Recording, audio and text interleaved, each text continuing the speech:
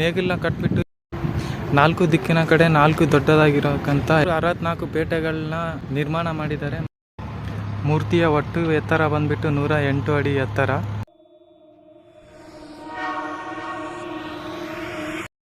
ನಮಸ್ಕಾರ ಗುರು ಎಲ್ರಿಗೂ. ನಾಡಪ್ರಭು ಕೆಂಪೇಗೌಡರು ಕಂಚಿನ ಪ್ರತಿಮೆ ಹತ್ರ ಇವಾಗ ಬಂದಿದ್ದೀನಿ. ಸೊ ಇವ್ರ ಬಗ್ಗೆ ಹೇಳ್ಬೇಕಂತಂದರೆ ಕ್ರಿಸ್ತಶಕ 1510 ಜೂನ್ 27ರಂದು ಇವ್ರ ಜನನ ಆಗ್ತದೆ. ತಂದೆ ಕೆಂಪನಂಜೇಗೌಡ, ತಾಯಿ ಲಿಂಗಮಾಂಬೆ ಅವರ ದಂಪತಿಗಳ ಮಗನಾಗಿ ಇವರು ಹುಡ್ತಾರೆ. ಇವರು ಟೋಟಲಾಗಿ 4 ಜನ ಅಣ್ತಂಬರು. 4 ಜನ ಅಣ್ತಮ್ಮಂದ್ರಲ್ಲಿ ಇವರೇ ಮೊದಲೇ ಮಗ ಆಗಿರ್ತಾರೆ. ಸೊ ಇವರು ಚಿಕ್ಕ ವಯಸ್ಸಿನಲ್ಲಿ ಗುರುಕುಲದಲ್ಲಿ ತಮ್ಮ ಎಲ್ಲ ಶಿಕ್ಷಣವನ್ನು ಮುಗಿಸ್ತಾರೆ. ತಮ್ಮ ಶಿಕ್ಷಣ ಮುಗಿದ ಮೇಲೆ 1528ರಲ್ಲಿ ಹಳೆ ಬೆಂಗಳೂರಿನ ತಮ್ಮ ಸೋದರ ಮಾವನ ಮಗಳ ಜೊತೆ ಮದುವೆ ಮಾಡ್ಕೊತಾರೆ. 1528ರಲ್ಲಿ ಮದುವೆ ಆದ ನಂತರ 1531ರಲ್ಲಿ ಇವ್ರು ಬೆಂಗಳೂರಿನ ಆಳೋ ಅಧಿಕಾರಕ್ಕೆ ಬರ್ತಾರೆ. ವಿಜಯನಗರ ಸಾಮ್ರಾಜ್ಯದ ಸಾಮಂತರಾಗಿರ್ತಾರೆ. ಅದಕ್ಕಾಗಿ ಇವರೆಲ್ಲ ಮೊದಲೆಲ್ಲ ಓಡಾಡಿಬಿಟ್ಟು ಹಂಪಿಲಿರೋ ಕಲೆ ಮತ್ತು ವಾಸ್ತುಶಿಲ್ಪವನ್ನೆಲ್ಲ ನೋಡಿರೋ ಕಾರಣದಿಂದ ಇವರು ಕೂಡ ಏನಾದರೂ ಮಾಡಬೇಕು ತಂದುಬಿಟ್ಟು ಬೆಂಗಳೂರು ನಿರ್ಮಾಣ ಮಾಡುವಂಥ ಒಂದು ನಿರ್ಧಾರವನ್ನು ಮಾಡ್ತಾರೆ. ಬೆಂಗಳೂರು ನಿರ್ಮಾಣ ಮಾಡೋಕ್ಕೋಸ್ಕರ ಹಂಪಿಯ ಮುಖ್ಯ ರಾಜರಾದಂಥ ದೇವರಾಯರ ಒಪ್ಪಿಗೆ ಇರ್ತದೆ. ಅವರು ಕೂಡ ಇವ್ರಿಗೆಲ್ಲ ಸಪೋರ್ಟ್ ಮಾಡಿರ್ತಾರೆ. ಇವರು ಸುಮಾರು 64 ಪೇಟೆಗಳನ್ನ ನಿರ್ಮಾಣ ಮಾಡಿದ್ದಾರೆ ಮತ್ತು ಹಲವಾರು ಮಾರುಕಟ್ಟೆಗಳನ್ನ, ಕೆರೆ ಕಟ್ಟೆ ಈ ಥರ ಎಲ್ಲ ನಿರ್ಮಾಣ ಮಾಡಿದ್ದಾರೆ. 1537ರಲ್ಲಿ ಬೆಂಗಳೂರನ್ನ ನಿರ್ಮಾಣ ಮಾಡೋಕ್ಕೆ ಶುರು ಮಾಡ್ತಾರೆ. ಅದು ಯಾವ ಥರ ಮಾಡ್ತಾರೆ ಅಂತಂದ್ಬಿಟ್ರೆ 4 ಎತ್ತುಗಳಿಗೆ ನೇಗಿಲನ್ನ ಕಟ್ತಾರೆ. ನೇಗಿಲನ್ನ ಕಟ್ಬಿಟ್ಟು ಅವು ಎಲ್ಲಿವರೆಗೂ ಎಳೀತಾವೋ ಅಲ್ಲಿವರೆಗೂ ಸಾಮ್ರಾಜ್ಯ ನಿರ್ಮಾಣ ಮಾಡೋಕ್ಕೆ ನಿರ್ಧರಿಸ್ತಾರೆ. ಈ 4 ಎತ್ತುಗಳು 4 ದಿಕ್ಕಿನ ಕಡೆ ಹೋಗ್ತವೆ. ಆ ಊರುಗಳಂದರೆ ಪೂರ್ವದ ಹಲಸೂರು, ಪಶ್ಚಿಮದ ಅರ್ಲೆಪೇಟೆ, ಉತ್ತರದ ಯಲಹಂಕ, ದಕ್ಷಿಣದ ಆನೇಕಲ್. ಈ 4 ದಿಕ್ಕಿನ ಊರುಗಳಿಗೆ ದೊಡ್ಡ ದೊಡ್ಡ ಕೋಟೆಗಳನ್ನು ನಿರ್ಮಾಣ ಮಾಡಿದ್ದಾರೆ. ಇವರು ಕಟ್ಟಿರೋ ಕೋಟೆಗಳಲ್ಲಿ ಈಗಿನ ವಿಕ್ಟೋರಿಯಾ ಆಸ್ಪತ್ರೆ ಹತ್ರ ಮುಖ್ಯ ಹೆಬ್ಬಾಗಿಲು ಇದೆಯಂತೆ ಇವಾಗಲೂ ಕೂಡ ನೋಡೋಕೆ. 1569ರಲ್ಲಿ ಕುಣಿಗಲ್ಲಿಂದ ಬರುವಾಗ ಮಾಗಡಗಿ ಸಮೀಪದ ಕೆಂಪಾಪುರ ಎಂಬಲ್ಲಿ ಇವರ ಮರಣ ಆಗ್ತದೆ ಅಂತ ದಾಖಲೆ ಇದೆ. ಸೊ ಈ ಮೂರ್ತಿ ಬಗ್ಗೆ ಹೇಳೋದಾದರೆ ನೋಡೋಣ ಬನ್ನಿ.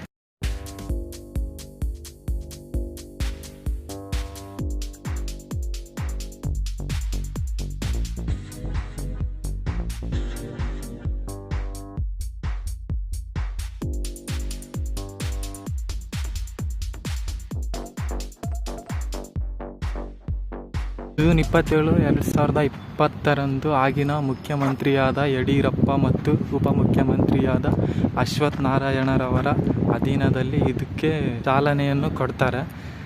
ಕೈಯಲ್ಲಿರೋ ಖಡ್ಗ 4000 kg ತೂಕವನ್ನು ಹೊಂದಿದೆ. ಈ ಕಂಚಿನ ಪ್ರತಿಮೆಯ ಎಲ್ಲ ಭಾಗಗಳನ್ನು ಉತ್ತರ ಪ್ರದೇಶದ ನೋಯ್ಡಾದಲ್ಲಿ ರೆಡಿ ಮಾಡಿಬಿಟ್ಟು ಲಾರಿಲಿ ಬೆಂಗಳೂರಿಗೆ ತರಿಸ್ಕೊಂಡಿದ್ದಾರೆ.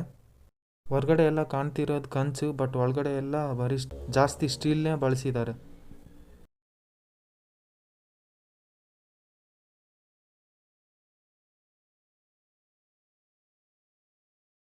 ಈ ಮುಖದ ಭಾಗವನ್ನು ಮಾತ್ರ ದೆಹಲಿಯಲ್ಲಿ ರೆಡಿ ಮಾಡಿಸಿದ್ದಾರೆ. ಅಲ್ಲಿಂದ ಲಾರಿಲಿ ತರಿಸ್ಕೊಂಡ್ರು ಬೆಂಗಳೂರಿಗೆ. ಹಾಗೆ ಈ ಪ್ರತಿಮೆ 2023ರ ವರ್ಲ್ಡ್ ಗಿನ್ನಿಸ್ ದಾಖಲೆಗೆ ಸೇರ್ಪಡೆಯಾಗಿದೆ. ಮೂರ್ತಿಯ ಒಟ್ಟು ಎತ್ತರ ಬಂದ್ಬಿಟ್ಟು 108 ಅಡಿ ಎತ್ತರ. ಸೊ 98 ಟನ್ ಕಂಚನ್ನು ಬಳಸಿದ್ದಾರೆ. 120 ಟನ್ ಉಕ್ಕನ್ನು ಬಳಸಿದಾರಂತೆ. ಸೊ 108 ಅಡಿ ಒಟ್ಟು ಎತ್ತರದಲ್ಲಿ ಕೆಳಗಡೆ ಕಲ್ಲು ಕಾಣ್ತಿದೆಯಲ್ಲ, ಕುಪ್ಪುಮ್ ಎಂಬ ಕಲ್ಲನ್ನ ಬಳಸಿದ್ದಾರೆ ಕೆಳಗಡೆ. ಇದು ಟೋಟಲಾಗಿ 18 ಅಡಿ ಎತ್ತರ ಇದೆ ಕಲ್ಲೇ. ಈ ಚಿತ್ರ ಏನು ಕಾಣಿಸ್ತಿದೆಯಲ್ಲ, ನಾಡಪ್ರಭು ಕೆಂಪೇಗೌಡರು ಕೂತಿದ್ದಂತಹ ಅಣ್ಣಮ್ಮ ದೇವಿ ಅಂತೆ. ಇದು ಅಣ್ಣಮ್ಮ ದೇವಿ, ಇದು ಪುರೋಹಿತರು, ಈ ಕಡೆ ಎಲ್ಲ ಪ್ರಜೆಗಳು. ಸೊ ಕೆಳಗಡೆ 4 ಸುತ್ತು ಈ ಥರ ಫೋಟೋನ ಅಂಟಿಸಿದ್ದಾರೆ. ಫೋಟೋನ ಅಂಟಿಸ್ಬಿಟ್ಟು ಏನೇನೋ ಇನ್ಫಾರ್ಮೇಷನ್ ಬರೆದಿದ್ದಾರೆ. ಈ ಚಿತ್ರ ಏನು ತೋರಿಸುತ್ತೆ ಅಂತಂದರೆ ನಾಡಪ್ರಭು ಕೆಂಪೇಗೌಡರು ಯಾವುದೇ ಜಾತಿ ಭೇದವನ್ನು ಮಾಡದೆ ಎಲ್ಲ ಜನಾಂಗೀಯವಾಗಿ ಕೋಟೆ, ಕೆರೆ, ಕಟ್ಟೆ, ಪೇಟೆ ಈ ಥರ ಎಲ್ಲ ನಿರ್ಮಾಣ ಮಾಡಿದ್ದಾರೆ ಅನ್ನೋದಕ್ಕೆ ಪ್ರೂಫ್ ಆಗಿದೆ.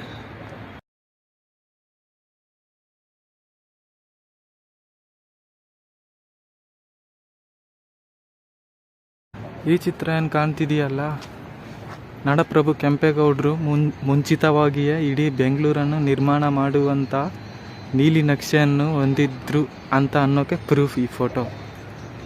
ಇವರೆಲ್ಲ ಪ್ರಜೆಗಳು. ಈ ಫೋಟೋ ಏನಿದೆಯಲ್ಲ, ನಾಡಪ್ರಭು ಕೆಂಪೇಗೌಡರು ತಮ್ಮ ತಂದೆಯ ಜೊತೆ ಕೆಂಪನಂಜೇಗೌಡರ ಜೊತೆ ಹಂಪಿಗೆ ಆವಾಗವಾಗ ಭೇಟಿ ನೀಡಿ ಅಲ್ಲಿಯ ವಾಸ್ತುಕಲೆ ಶಿಲ್ಪವನ್ನೆಲ್ಲ ನೋಡಿಕೊಂಡು ಬೆಂಗಳೂರಿನಲ್ಲಿ ನಿರ್ಮಾಣ ಮಾಡುವುದಕ್ಕೆ ನಿರ್ಧರಿಸಿದ್ದರು ಎಂಬುದಕ್ಕೆ ಸಾಕ್ಷಿ.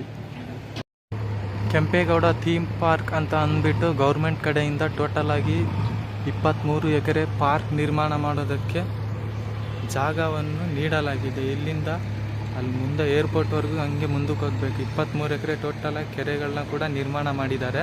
ಕೆರೆ ತೋರಿಸ್ತೀನಿ. ಇಲ್ಲಿ ಹಿಂದ್ಗಡೆ ಒಂದು ಕೆರೆ ಇದೆ. ಕೆಂಪೇಗೌಡ ಥೀಮ್ ಪಾರ್ಕ್ ಅನ್ನೋದ್ಬಿಟ್ಟು 23 ಎಕರೆ ಜಾಗದಲ್ಲಿ ಈ ಥರ ಚಿಕ್ಕ ಚಿಕ್ಕ ಕೆರೆಗಳನ್ನ ಕೂಡ ನಿರ್ಮಾಣ ಮಾಡಿದ್ದಾರೆ. 23 ಎಕರೆ ಪಾರ್ಕಲ್ಲಿ ಕೆರೆನೆಲ್ಲ ನಿರ್ಮಾಣ ಮಾಡ್ತಾವ್ರೆ. ಏನೋ ಗೊತ್ತಿಲ್ಲ, ಈ ಥರ ಕಟ್ಟಿದ್ದಾರೆ ಕಲ್ಲಿಂದ. ಏನಾದರೂ ಮೂರ್ತಿ ಏನಾದರೂ ಇಡ್ಬೋದೇನೋ 4 ಕಡೆ.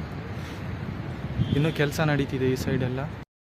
ಗುರು, ನಾನು ಇದೇ ಟೈಮ್ ಫಸ್ಟಾಗಿ ವೀಡಿಯೋ ಮಾಡ್ತಿರೋದು, ಈ ಥರ ಕ್ಯಾಮ್ರಾ ಮುಂದೆ ಮಾತಾಡ್ತಿರೋದು ನನಗೊಂಥರ ಸಂಕೋಚ ಅನ್ನಿಸ್ತಿದೆ.